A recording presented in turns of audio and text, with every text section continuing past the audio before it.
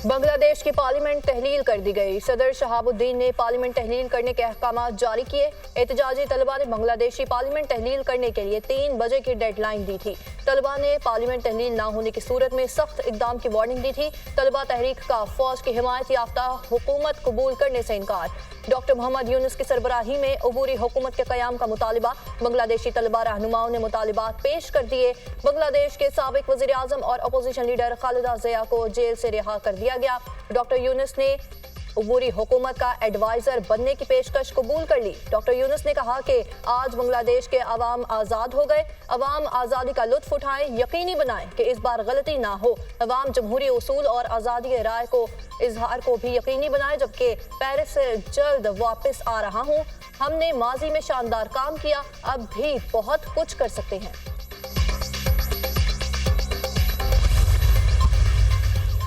भारतीय हुकूमत का बांग्लादेश की सूरत हाल पर ऑल पार्टीज इजलास। बांग्लादेश में सूरत हाल इतनी खराब नहीं कि शहरियों का इनखला करवाया जाए। बांग्लादेशी फौज के साथ राबते में हैं। भारतीय वजीर खारिजा एस जयशंकर की ब्रीफिंग। राहुल गांधी के बांग्लादेशी बहरान में गैर मुल्की साजिश के सवाल पर जयशंकर ने कहा, किसी भी चीज के बारे में कुछ कहना कबलस वक्त है। हसीना वाजिद को भारत में महफूज खुफिया मकाम पर रिहायश दे दी गई। बरतानिया में सियासी पनाह मिलने तक भारत में ही रहेंगे। हसीना वाजिद की दिल्ली में भारतीय कौमी सलामती के मुशीर अजीत डोवल से मुलाकात। माहिरीन के मुताबिक भारत की बांग्लादेश के मामलात में बेजा मुदाखलत हसीना वाजिद के जवाल की वजह बनी। हसीना वाजिद भारत से बांग्लादेशी अवाम की नफरत की भेंट चढ़ गईं। भारतीय तज्जियाकारों का कहना है कि भारत के साथ बांग्लादेश में वही हुआ जो अमेरिका के साथ अफगानिस्तान में हो चुका है। भारतीय हुकूमत को अंदाजा ही नहीं था हसीना वाजिद को फरार होना पड़ेगा। शेख हसीना वाजिद का इस्तीफा और फरार भारत के लिए बदतरीन सूरत हाल है। अमेरिका ने शेख हसीना का वीजा मंसूख कर दिया। भारतीय मीडिया की बांग्लादेशी इजराय के हवाले से रिपोर्ट।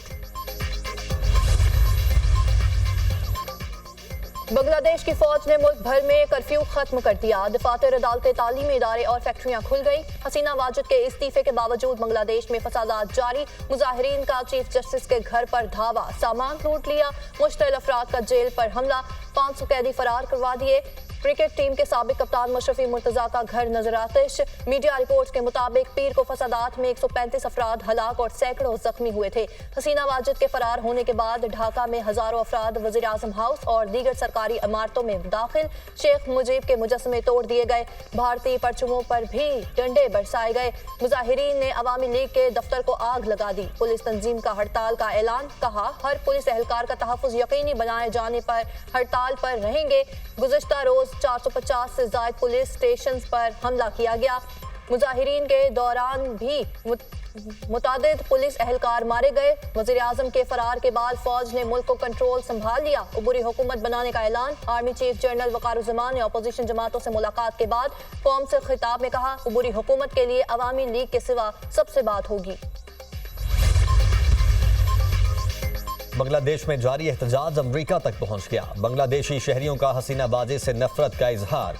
न्यूयॉर्क में बांग्लादेशी शहरियों ने बांग्लादेश के कौंसलेट पर धावा बोल दिया। शहरियों ने कौंसलेट में लगी शेख मुजीबुर रहमान की तस्वीर हटा दी।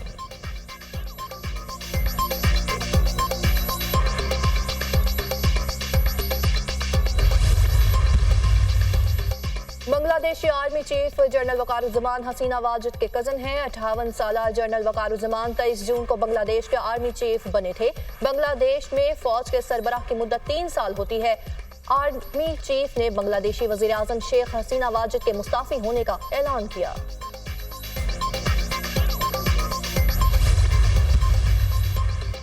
शाबाश अरशद नदीम, शाबाश। पाकिस्तान की मेडल जीतने की उम्मीद बरकरार। अरशद नदीम ने पेरिस ओलंपिक्स में जेवलिन थ्रो के फाइनल राउंड के लिए क्वालिफाई कर लिया।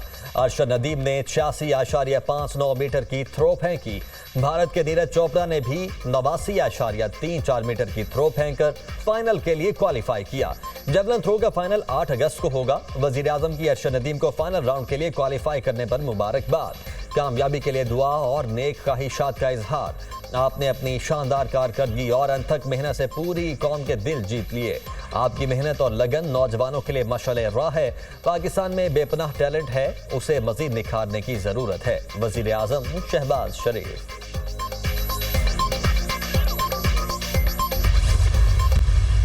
हमारा एजेंडा वाज़ेह है, ये धरना खत्म करने के लिए घर जाने के लिए नहीं है, ये तवील धरना है और जब तक ये मुतालिबात मंजूर नहीं होते ये धरना भी जारी है।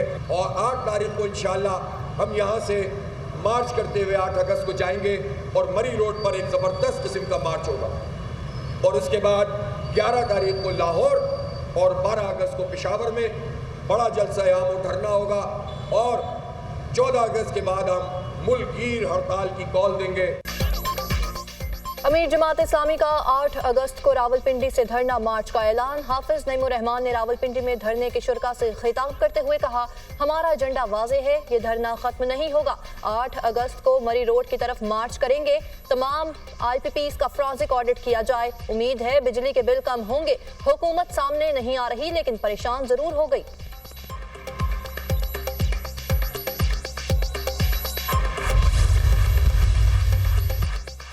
मुल्क के मुख्तलिफ इलाकों में मानसून स्पेल जारी। कराची के मुख्तलिफ इलाकों में हल्की बारिश, गलियात में वक्फे वक्फे से बारिश। मरी और गलियात के बेशतर इलाकों में गहरी धुंध हद निगाह चंद मीटर रह गई। दादू की थर के पहाड़ी सिलसिले में मुसलसल बारिशों के बायस नदी नालों में तुगयानी। सैलाबी रैला जूही शहर के करीब FP हिफाजती बंद से टकरा गया। दादू में सैलाबी रैला दाखिल होने से काचू के 50 से जायद देहात का जूही शहर से ज़मीनी राबिता 6 रोज से मुनक़ता। जनूबी वज़ीरिस्तान के मुख्तलिफ इलाकों में 3 रोज से वक्फे वक्फे से बारिश। सैलाबी रैले से इलाका मकीनों को परेशानी। जाफराबाद में बारिश से नशेबी इलाके ज़ेर-ए-आब। बारिश का पानी डिस्ट्रिक्ट हेडक्वार्टर हॉस्पिटल में भी दाखिल, मरीजों को मुश्किलात। लाहौर, रावलपिंडी, इस्लामाबाद में आज भी बारिश का इम्कान। कश्मीर और गिलगित बल्तिस्तान में बादल बरसने की तवक्को। सेनेट में इलेक्शन एक्ट तरमीमी बिल 2024 कसरत राय से मंजूर। ऑपोजिशन की बिल की मुखालिफत, ऐवान में शदीद एहतजाज। वजीर कानून आजम नज़ीर तारड़ ने कहा कि कानून साजी का इख्तियार ऐवान को है। ये इख्तियार 17 लोगों को नहीं देंगे। हमारी कानून साजी को नॉन इलेक्टेड लोग खत्म नहीं कर सकते। आइन की तशरीह और रीराइट करने में बड़ा फर्क है।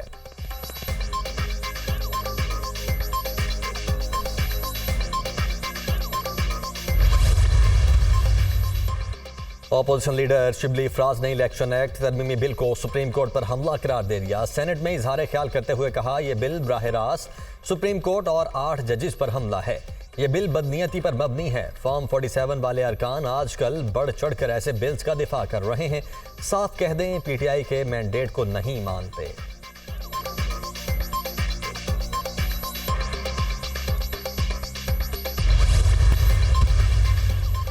Federation of chamber of commerce and industries ने IPPs के खिलाफ सुप्रीम कोर्ट से रुजू कर लिया। FPCCI की IPPs के फोरेंसिक ऑडिट की इस्तदा। IPPs को दिया गया जायद मुनाफा रिकवर करने का हुक्म दिया जाए। IPPs के साथ मुआहिदों में तरमीम करके अदायगी बिजली की फराहमी से मशरूत करने का हुक्म दिया जाए। दरख्वास्त में इस्तदा।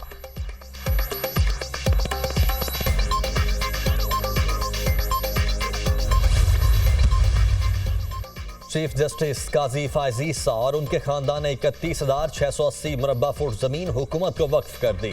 77 में जश्न आज़ादी के मौके पर काजी फैमिली ने अपनी जमीन कौम के लिए वक्फ की। ज़ियारत में कायद आज़म रेजिडेंसी से मुंसलिक किराजी इन्वायरमेंटल सेंटर को दे दी गई है। काजी खानदान ने राजी हुकूमत को देने के लिए बलोचिस्तान हुकूमत को खत लिख दिया।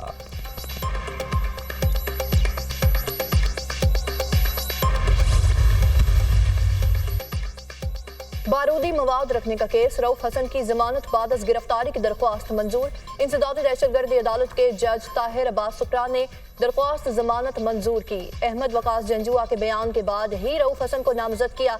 अहमद वकास के बयान के मुताबिक रऊफ हसन ने 3 लाख दिए और अहमद वकास ने आगे TTP को वो पैसे दिए। प्रोसिक्यूटर के दलाइल।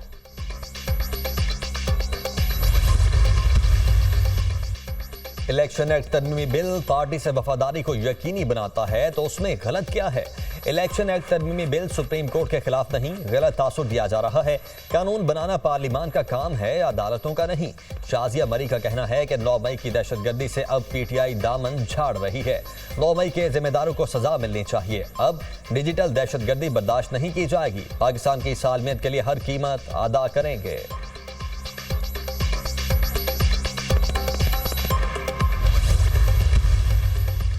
वज़ीर दाखिला मोहसिन नकवी से चीनी वफ्द की मुलाकात। चीनी शहरियों और मंसूबों पर काम करने वाले अमले की हिफाजत के लिए इकदाम पर तबादला ख्याल। चीनी वफ्द ने सिक्योरिटी प्लान के हवाले से तजावीज़ दी।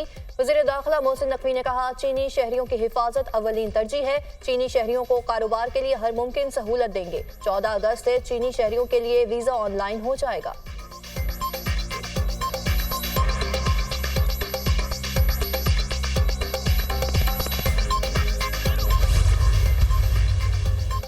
जिन्ना हाउस जलाओ घिराव का केस। अदालत में पेशी के मौके पर असद उमर की तबीयत खराब, सीने में तकलीफ की शिकायत पर हॉस्पिटल मुंतकिल।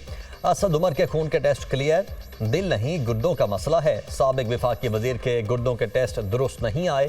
गुर्दों के टेस्ट में मसले से सीटी एंजियोग्राम नहीं किया जाएगा। असद उमर को पंजाब इंस्टीट्यूट ऑफ कार्डियोलॉजी से डिस्चार्ज कर दिया गया। साबिक विफाकी वजीर ने टेस्ट नॉर्मल आने पर रुखसत की दरखास्त की। इस्लामाबाद जाने की दरखास्त पर डॉक्टर्स ने डिस्चार्ज कर दिया।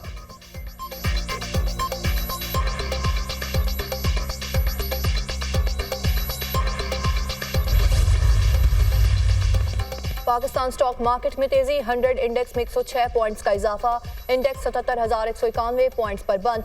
सराफा बाजार में सोना 500 रुपए तोला सस्ता। सोने की फी तोला कीमत 2,56,000 रुपए हो गई।